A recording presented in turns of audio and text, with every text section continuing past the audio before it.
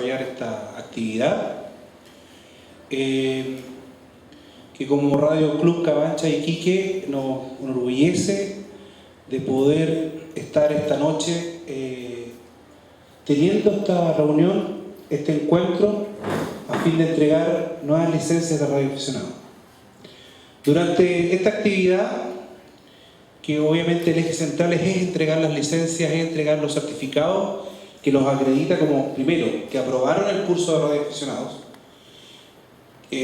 junto con su licencia que ya pueden operar por todas las leyes, las bandas asignadas al servicio aficionado. Es un poco conversar algunos temas que son de importancia para la radioafición. En primer lugar, yo quiero partir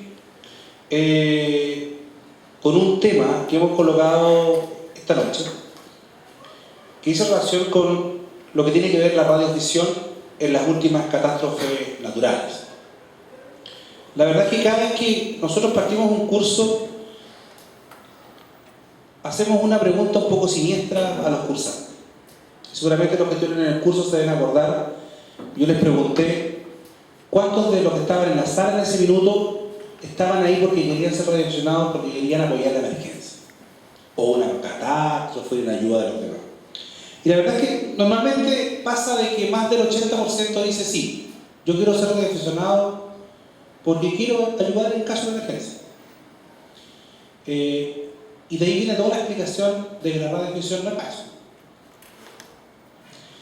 Nadie puede desconocer que nuestro planeta está vivo, que es una verdad del porte transatlántico, y que eventualmente nos envía señales de esto, y que pese a los avances tecnológicos, el hombre aún no ha podido predecir cuándo y en qué lugar nos llegará el siguiente aviso. La tecnología vinculada a las telecomunicaciones se dice que han llegado a un punto impensado. Desde las experimentaciones de transmisiones inalámbricas por parte de Marconi y luego por Bradley y Lodge, que mejoraron esas transmisiones, el mundo ha convivido con el resultado de las experimentaciones de los radioaficionados. El teléfono, desde el más antiguo hasta los más modernos celulares, obra de los radioaficionados, pasando sin duda por el fax. Yo en mi oficina todavía tengo un fax, algunas veces me piden todo, pero ya creo que va a pasar a ser parte del museo de las comunicaciones tener un fax. Pensé que hoy día el fax todavía está en uso en la pesquería de alta mar. Es por los equipos de fax conectados a radio donde llegan los informes meteorológicos. Si a ustedes les gusta la televisión, las películas, podrán recordar que en la película La Tormenta Perfecta, cuando se le cae la antena al buque, perdió de recibir la señal de fax donde venía justamente el meteo que indicaba que venía la tormenta. ¿Sí? Además de eso, tenemos que recordar que otra de las obras de la radioafición es la televisión. No podría dejar de nombrar a un latino que tiene que ver con uno de los inventos,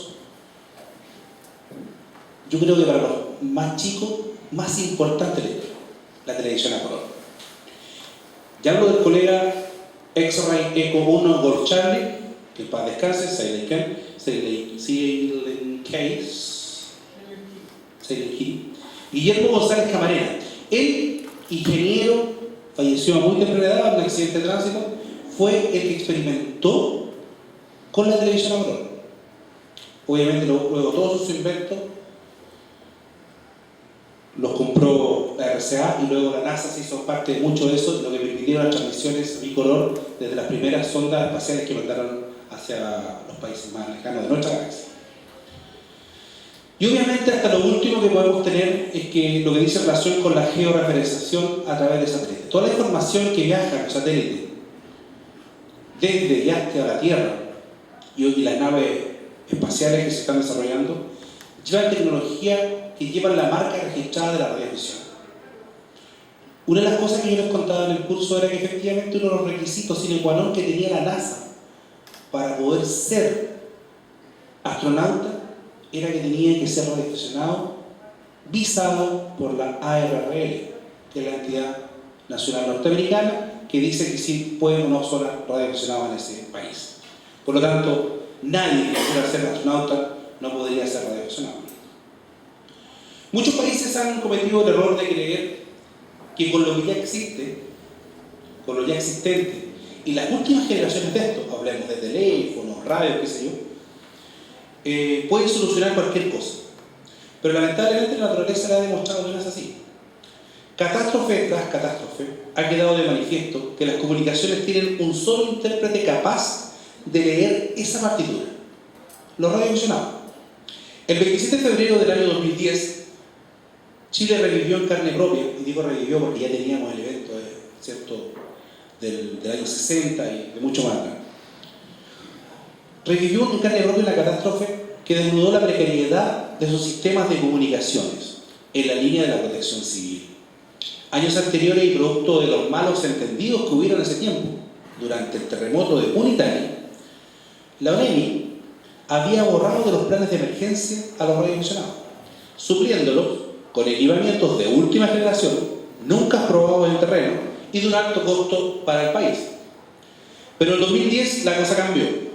Mientras la desinformación rondaba en las líneas oficiales, los radioaficionados sabíamos qué pasaba y éramos capaces, como siempre, de mantener comunicación con las zonas afectadas, construyendo una red insuperable de comunicaciones. Todos sabemos que cuando un radioaficionado instala su equipo, se prepara para estar siempre en condiciones de transmisión, a diferencia de la línea oficial, la cual simplemente contrata e instala equipo porque así lo debe hacer y así lo dice su función como organismo estatal. El año 2010 fue un año de grandes avances institucionales. La verdad es que los radioaficionados volvimos a ser la vedette, volvimos a estar en el centro de la mesa. Todos nos llamaban, todos firmaban convenios con nosotros, todos querían ver la fórmula secreta, como dice la canción, Natalia, de la radiodifusión. Pero saben que no existe. La verdad es que la fórmula secreta de la radiodifusión no existe. Es una utopía. Un radioaficionado es una persona natural, individual, que experimenta con equipos de radios y antenas, sin buscar el lucro. Palabra tan de moda, ¿no?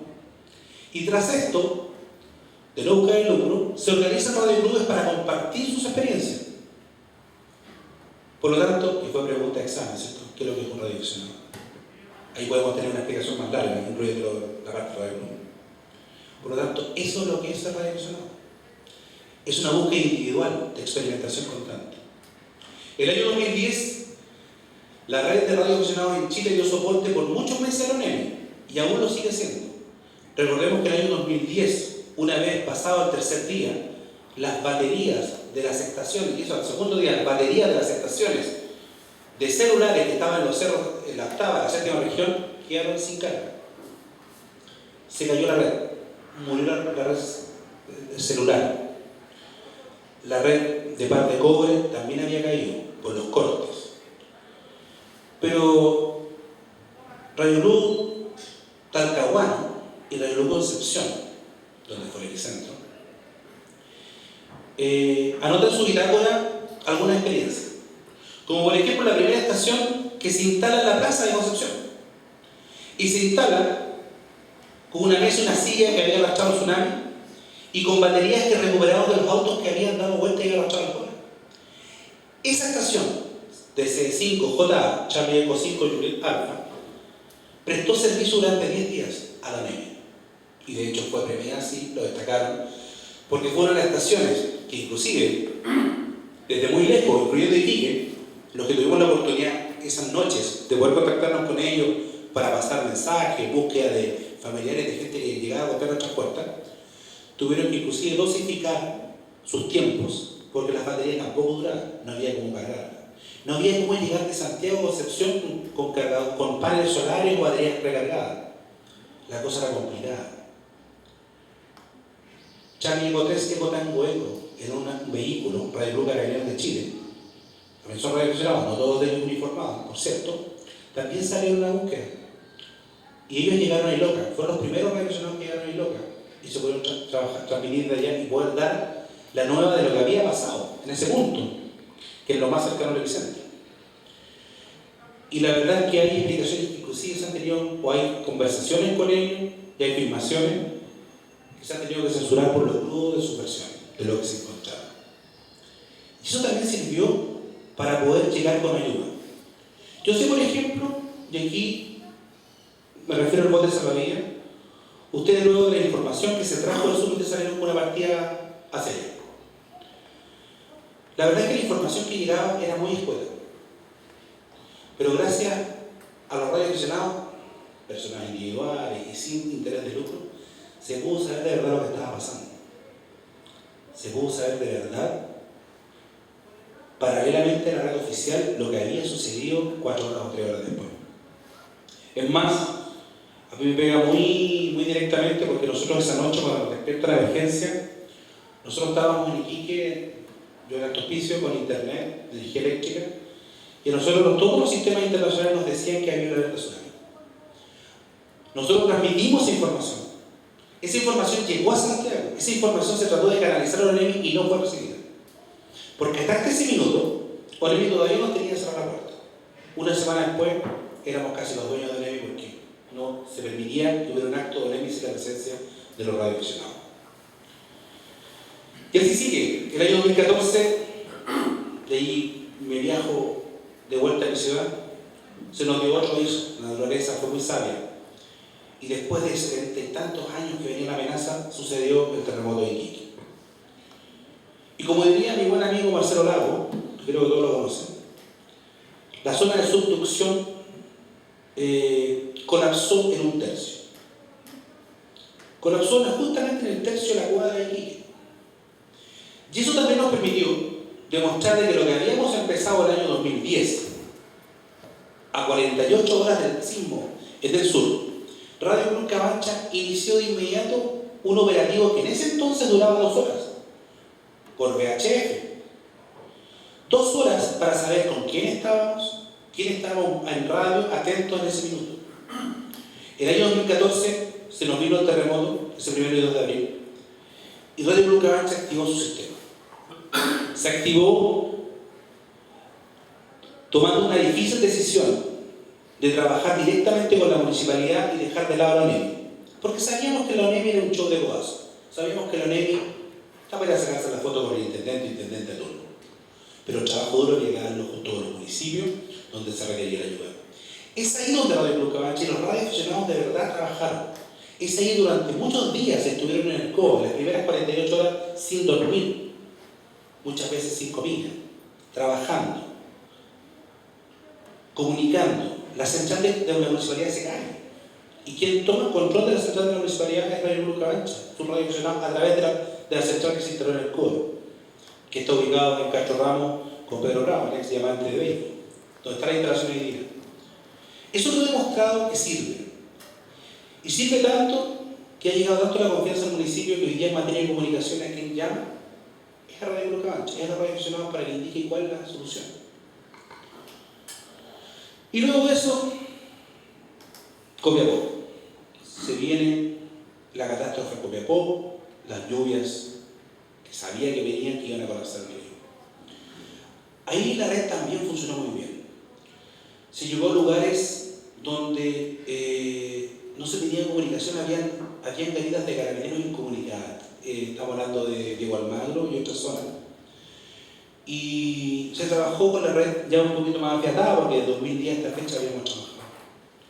Ahí tengo que lamentar que el río se llevó a la casa de Ivonne Villegas, Ivonne, no me acuerdo el apellido, una colega presidenta del Grupo de Copiapó. Todos pensamos que la colega se ha caído con el río. Y la verdad es que no, la colega apareció después en la tele, que estaba en la plaza de Copiapó, como una mesa, una silla y un equipo raro. Sin pensar, esta radioaficionada, que su casa se había ido, haciendo caso siempre de la recomendación, primero de los tuyos y luego de la radiodifusión, verificó que los suyos estaban bien y se puso a transmitir y a trabajar en la red de emergencia. Así que esos son ejemplos dignos de seguir. 2015, Coquimbo. Nuevamente la radiodifusión es la primera en saber que había tsunami, que el tsunami fue a los 4 minutos. A los 4 minutos ya llegó un primer tren de hora en la zona más afectada. Y luego los 3 de horas avisándolo dignamente a través de nuestra red. Comunicación con todos lados, recordemos que había grandes ciudades como Viña, Valparaíso, que estaban sin energía eléctrica, pero las redes de radioaficionados podían todavía recibir esa información. Mira, podríamos ir claramente dando ejemplo de experiencia en ese sentido. La pregunta entonces que hoy cabe hacerse en esta materia es lo que debiésemos hacer para estar preparados ante una emergencia y qué estamos haciendo. Lo primero tiene una respuesta. ¿Qué debemos hacer hoy para estar preparados ante una emergencia? Repito, eso tiene una respuesta muy simple. Y voy a contradecir. Es buscar la fórmula mágica. Yo delante dije que no existía fórmula mágica. Pero ahora sí le vamos a dar un quita a esta fórmula mágica. Y la fórmula mágica la vamos a denominar, ojalá no salga grabado acá porque capaz que la Lenin nos copia la fórmula mágica. La fórmula mágica es una sola. Y se lo digo a la gente que va a recibir ese día, de los colegas que vengan a acompañar del club. Ser radioaficionados, ojalá en un 100%. Ser radioaficionados de verdura, como decimos nosotros en la talla, de verdad. No solo aquellos que compran un equipo VHF se sientan radioaficionados plenos, sino hay que ser radioaficionados como aquellos que experimentan día a día, de aquellos que van mejorando sus estaciones, de aquellos que estudian si hay que estudiar, hay que leer un poco y no se quedan solo con empaquetados. Yo sé que hoy día en el mercado Nova Sofri por 30 lucas compra un equipo chico. Sí, vamos a poder optar a una banda de aficionados, pero ¿saben qué? Hay mucho más allá. Traten de hacer un esfuerzo. Existen otras variantes, otras alternativas. Sigan experimentando con antenas, sigan viendo cómo puedo lograr más cobertura, cómo puedo optimizar lo que tengo. ¿Qué me está interfiriendo? De repente yo puedo buscar la mejor antena, la más cara del mercado, el equipo más potente del mercado. Pero si no me doy cuenta que tengo un problema de reflejo de las planchas de zinc de mi techo y que eso está interactuando con mi sistema, no voy a salir de la esquina. O si salgo voy a tener un problema. O que si vivo en la casa pero me alata colocar una barra de cobre para instalar el equipo, colocar un cablecito de tierra, no entender que eso es necesario para que nuestro sistema funcione óptimo, para evitar además cortocircuito que nos tome la corriente, como se dice, pero a la vez proteger nuestra instalación. Entonces estos daños permanentes por falta de estudio, de práctica, hacen que nuestras instalaciones salgan mal. Y la verdad es que la fórmula mágica dice lo contrario. De estas cosas hay que preocuparse. Porque yo me acuerdo que tenía un amigo Walter acá, una vez que yo estaba en Santiago, más allá estaba en el sur, la sexta región, y me llaman de la oficina aquí de emergencia, que un equipo se le había pagado. Había un equipo de Pedro Bravo Mochilán que se les había pagado. Hizo un equipo importante de comunicación con Santiago. Entonces yo le pedí a mi buen amigo Walter de traerlo y le dije, Walter, ¿por qué no te abre la puerta por allá y ve qué pasa con ese equipo? La verdad que Walter cuando me dice, mira, lo que llegué allá encontré que ese equipo estaba conectado a la batería y el borne estaba todo sulfatado, lo único que había que hacer era limpiarse, un poquito de Coca-Cola y el equipo partió de nuevo. Esas son las cosas que hacen la diferencia entre un radioaficionado y un organismo oficial de la línea fiscal. Ellos están contratados, no lo mandan para realizarse el borne tiene no óxido. Pero el radioaficionado se niega en estas pequeñas cosas. ¿Qué estamos haciendo? La otra pregunta, la respuesta a la otra pregunta. Tener una red de repetidoras óptima, enlazada, es una tarea que nuestro radiocruz ha trazado por años. Hoy día estamos con un problema, lo estamos tratando de solucionar de a poco. Estamos problemas de equipo, teníamos que revisar el viento pasado, los vientos pasados, nos echamos para todo, regresando de acá. Logramos levantar igual la estación. A las 24-48 horas estábamos arriba porque subimos y solucionamos el problema. Pero se vienen más cosas, no solamente la red de repetidoras. Los continuos ejercicios operativos que se hacen a las 22 horas de lunes a viernes es una instancia para probar y para ir saliendo de dudas. No es una pasada de lista, como en la clase. No es que yo diga X no sea represente. Es una oportunidad para conversar, para contarnos qué hicieron durante el día. Esto es una decisión. Esto es una decisión, conversar. ¿Cómo está y cómo te fue? ¿Alguna novedad? Cuéntame. Eso extendamos. Si el operativo dice 30 minutos, tenemos que tomar una hora porque queremos conversar con los colegas y encontrarlo y saber de él. Porque lo importante es que esta familia de reflexión sepa qué le pasa al hermano, al hijo, al papá, a la mamá, a todos. Esa es la oportunidad. 22 horas en la frecuencia de la repetidora. El reunirse. Estas instancias son importantes. La importancia de repente de ir a juntarnos un día en la casa o juntarnos, ponernos de acuerdo, ir, participar, ir a un colega que te ofrezca. Yo te acepto, vaya a mi casa, mira, conozco mi sala de radio. Normalmente los radioaficionados somos bastante ególatras, debo decirlo. Lo primero que hacen cuando llego a la visita de la casa, anda a ver mi sala de radio. Y eso es verdad. Y te llegan con un amigo muy querido, que cuando te llegaba el chat de radio era para tarde, pero ese era 8, ¿no? Pero él también decía, mira, este es un correo, este equipo, tengo todo equipo, tengo lineal, mira las antenas, todo esto. Y la verdad es que se da la opción y la oportunidad en esas instancias de poder conversar y preguntar. Más ignorante es la persona que no pregunta, la que pregunta y sale de la duda inmediata. Esas compartir experiencias son súper importantes, sobre todo la experiencia de instalación. Lo que yo tengo y lo que necesito tener. Y lo otro muy importante, y se lo digo a mis amigos que anoche estuvieron saliendo en el operativo y después de él, es que hay que relajarse.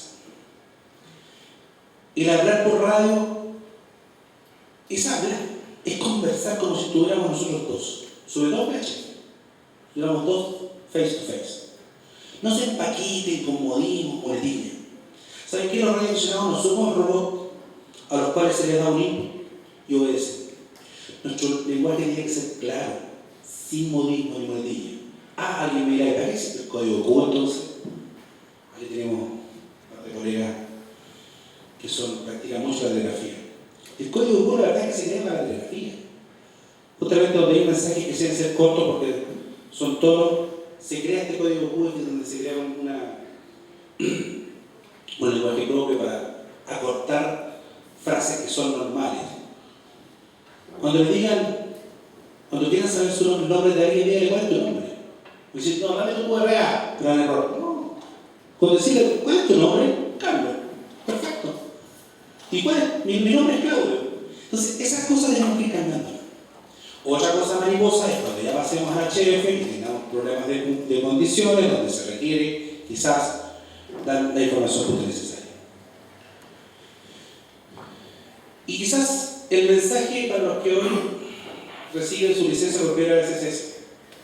No se encierren en pensar que ustedes van a ser radioaficionados de emergencia. No. Pensé que el tema era sobre la emergencia. Pero se lo puedo repetir. No se encierren en pensar que ustedes van a ser radioaficionados de emergencia. Ustedes hoy comiencen el camino de la experimentación. Así como fue el coro. Así como fueron varios. De preparar sus estaciones, no solo de VHF, sino en todas las bandas de nuestro hobby.